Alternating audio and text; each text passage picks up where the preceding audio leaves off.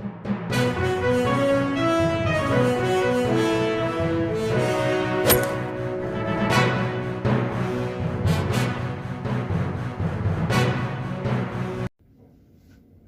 باللہ من الشیطان الرجیم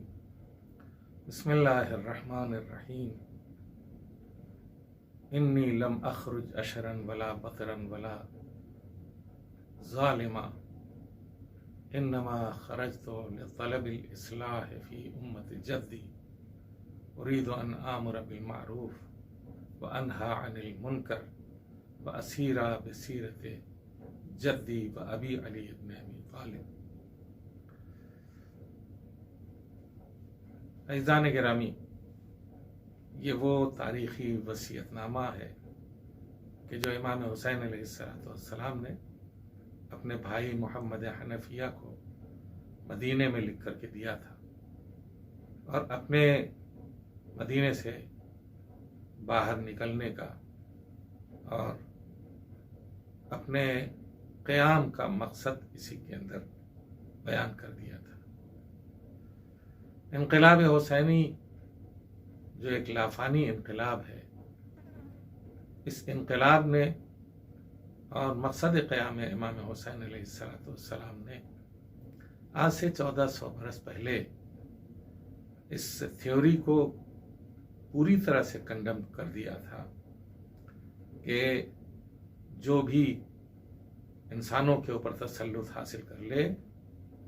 وہ انسانوں کا رہبر اور انسانوں کا لیڈر ہو جاتا ہے۔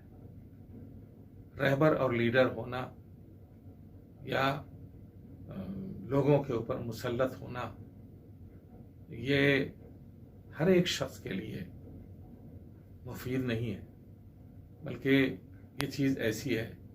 کہ جس سے ظلم کا آغاز ہوتا ہے اور مظلومیت کی چیخیں فضاؤں میں بلند ہوتی ہیں، بے گناہ مارے جاتے ہیں اور تباہی اور بربادی کے مناظر چاروں طرف نظر آتے ہیں۔ کبھی بھی پروردگار عالم نے یہ نہیں کیا کہ انسانوں کو پیدا کرنے کے بعد اس نے اس بات کی چھوٹ دے رکھی تھی کہ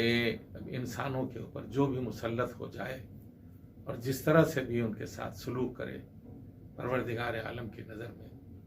یہ جائز ہے اور درست ہے۔ جبکہ یہی تھیوری وہ تھیوری تھی کہ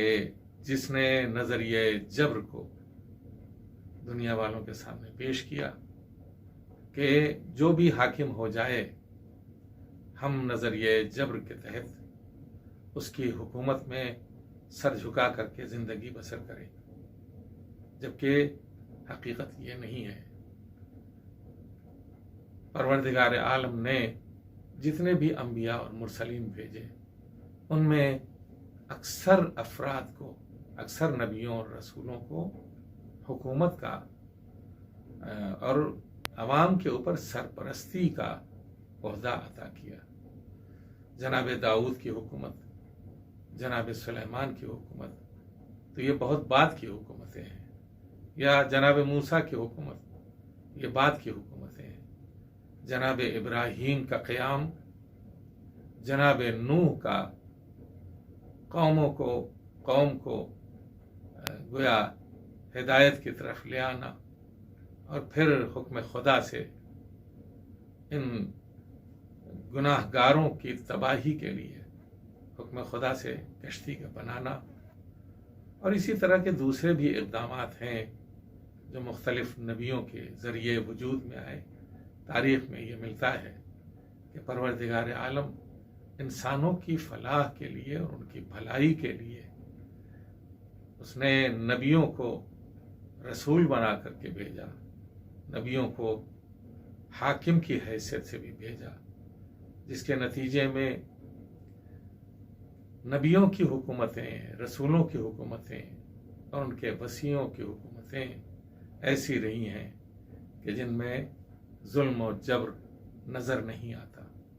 فلسفہ حکومت انسانوں کے اوپر یہی ہے کہ جو بھی حاکم اور والی بنایا جائے وہ اس طرح سے بنایا جائے کہ وہ کسی بھی گھر میں پیدا ہونے والے بچے کے رزق کا بھی ضامن ہو، اور کسی بھی مظلوم کی مظلومیت کا حق ظالم سے دلانے کا ضامن ہو۔ اور امیر المومنین نے حکومت کے حصول کو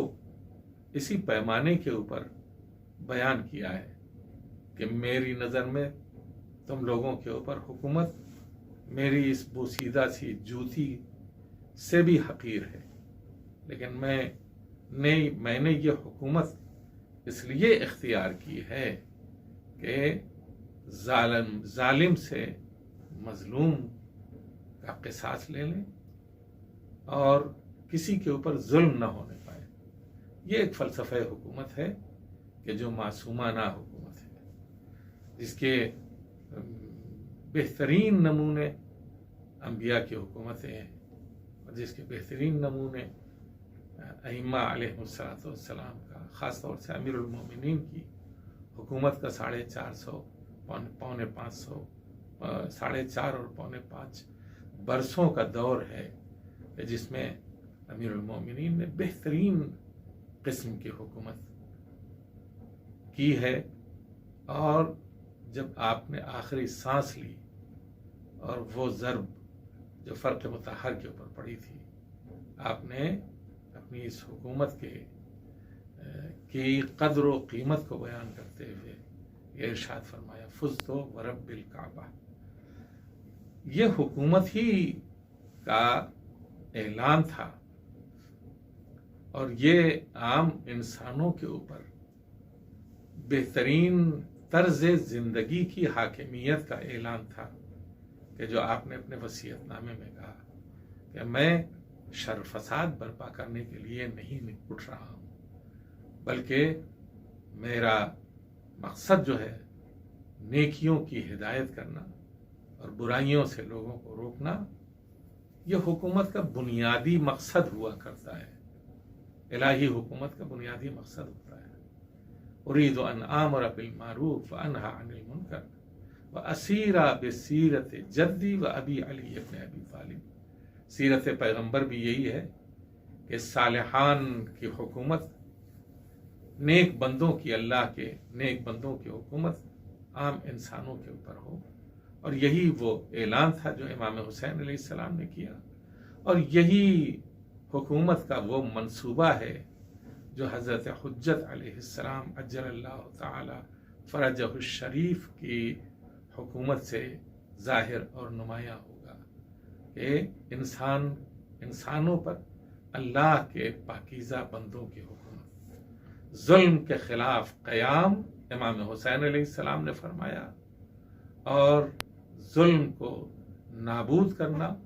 اور نیک بندوں کی حکومت قائم کرنا امام زمانہ کا مقصد ہے۔ السلام علیکم ورحمۃ اللہ۔